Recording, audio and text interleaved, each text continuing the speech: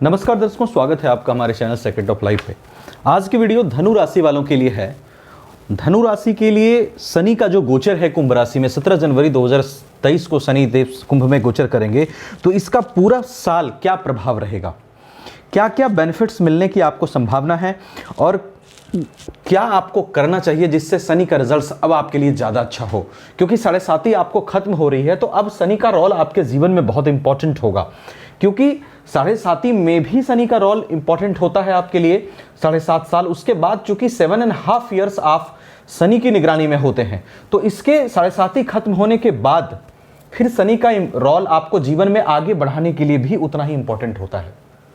क्योंकि शनि का एक नियम है, जब भी ये कुछ छीनते हैं तो उसके बदले में कुछ जरूर देते हैं, और जब भी कुछ देते हैं तो उसके पीछे कहीं ना कहीं कुछ प्रेशर भी भविष्य में बनाते हैं। तो इस चीज़ का ध्यान रखिएगा। इसी वजह से अब ये जो गोचर है आपके लिए ये बहुत ही इंपॉर्टेंट रहेगा। तो इसमें क्या आपको अब करना चाहिए, क्या नहीं करना चाहिए आने वाले समय में, जिससे 7.5 खत्म होने के बाद पूरे साल आपका रिजल्ट अच्छा रहे। उसके साथ साथ 2023 में इनका क्या प्रभाव रहेगा, इस पर हम चर्चा करेंगे। किन किन चीज़ों में आपको बेनिफिट्स है, इस पर चर्चा करेंगे और ऑफ कोर्स अंत में कुछ रेमेडीज पे भी बात करेंगे। देखिए, अगर आप धनु राशि के हैं तो 7.5 ईयर्स आपका बहुत क्रिटिकल कंडीशन में गया है, जहां काफी सारी परेशानियों से आपको गुजरना पड़ा है हर तरह से। Whether the matter it is related to your family, it is related to your society, it is related to your financial condition, career, profession, सबको प्रभावित शनिदेव ने किया है। अब शनि का जो गोचर है 2nd हाउस से निकलकर 3rd हाउस में जा रहा है। आपके लिए तीसरा फेज भी कोई खास अच्छा नहीं रहा है। अगर आप धनु राशि के लिए हैं तो मैंने ये देखा अपने पर्सनल अनुभव में कि तीसरा फेज भी आपके लिए धनु राशि के लिए बहुत अच्छा नहीं रहा।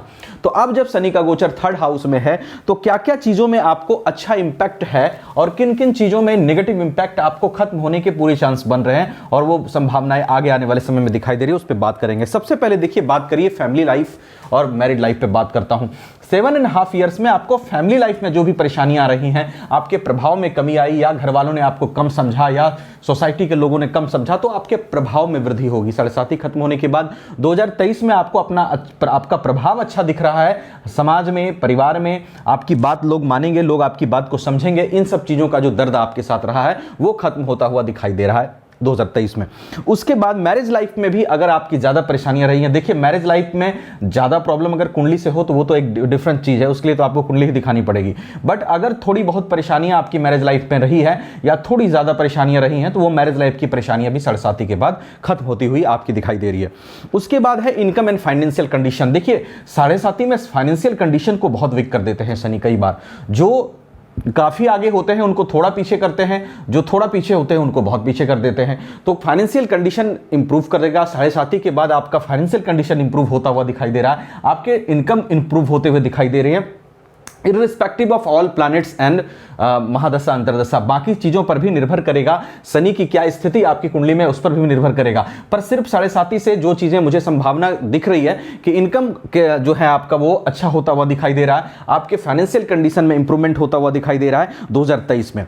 तीसरा, आपके डिप्रेशन, एंजाइटी और फियर जो आपको परेशान किए हैं पिछले 5 ईयर्स में, स्पेशली डिप्रेशन हो गया, एंजाइटी हो गया, डर हो गया किसी चीज का, ये सब चीजें जो हैं आपकी वो कम होती हुई दिखाई दे रही है 2023 में 7.5 के खत्म होने के बाद। और कुछ चूंकि 3rd हाउस में यहां शनि बैठे हैं, पब्लिक से कुछ अच्छा सपोर्ट आपको प्राप्त हो सकता है, आपके छोटे भाई बहन से आपको कुछ अच्छा सपोर्ट प्राप्त हो सकता है, और उसके साथ साथ आपका प्रभाव बढ़ेगा आपके कैरियर प्रोफेशन में। अगर आप बिजनेस कर रहे हैं तो बिजनेस में ग्रोथ आपका होता हुआ दिखाई दे रहा है। बिजनेस में आपको जितनी परेशानियां आ रही थी वो सब अब कम होती हुई दिखाई दे रही है। अगर जॉब के बिना बैठे हैं तो जॉब लगने की संभावना 2023 में अच्छी बनेगी।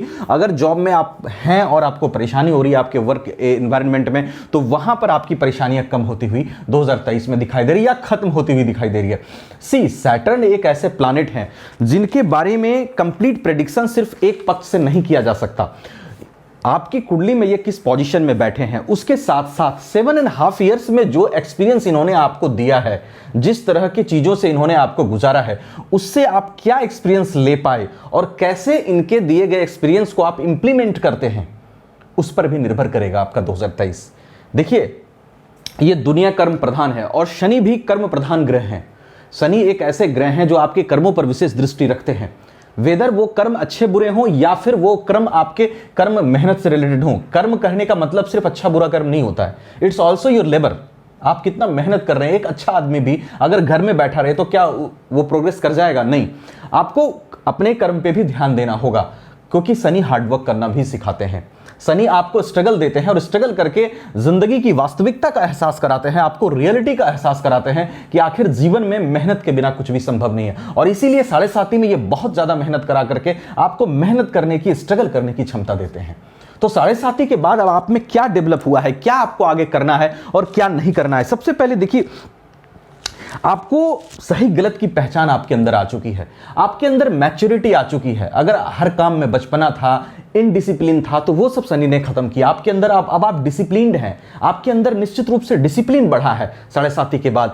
सही गलत को पहचानने की शक्ति बढ़ी है 7.5 के बाद। मैच्योरिटी आई है 7.5 के बाद। कॉन्फिडेंस आया है 7.5 के बाद। अब लोग अगर आपको नहीं भी सम्मान दें या लोग आपके साथ थोड़ा गलत भी करना चाहें तो अब आप मैच्योर्ड हैं, अब आप अपने आप को ज्यादा हर्ट नहीं करेंगे। ये सब क्वालिटीज आपको शनि ने दे दिया है। तो अब क्या करना है? जो भी एक्सपीरियंस या मैच्योरिटी आपको शनि ने दी है उसका इस्तेमाल करें, अपने आप को उस लेवल पे ले जाके अब खड़ा करें जहां से आप ऐसे लोगों को मदद करें जैसे लोगों को करना चाहिए, और जिन लोगों की पहचान आपको हो चुकी है उन लोगों के साथ आप भी प्रोफेशनल रहें।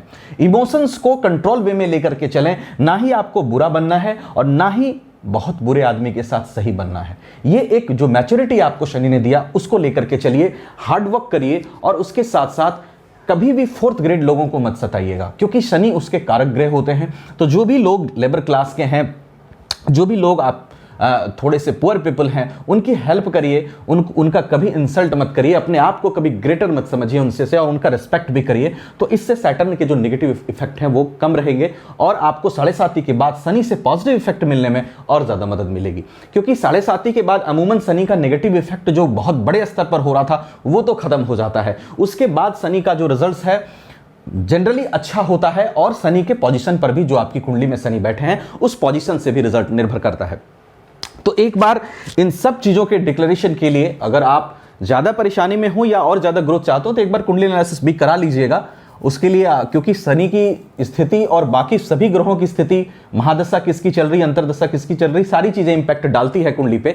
तो वो सारी चीजें मिलकर आपका तय करेंगी कि समय आपका ऑल अराउंड कैसा रहेगा।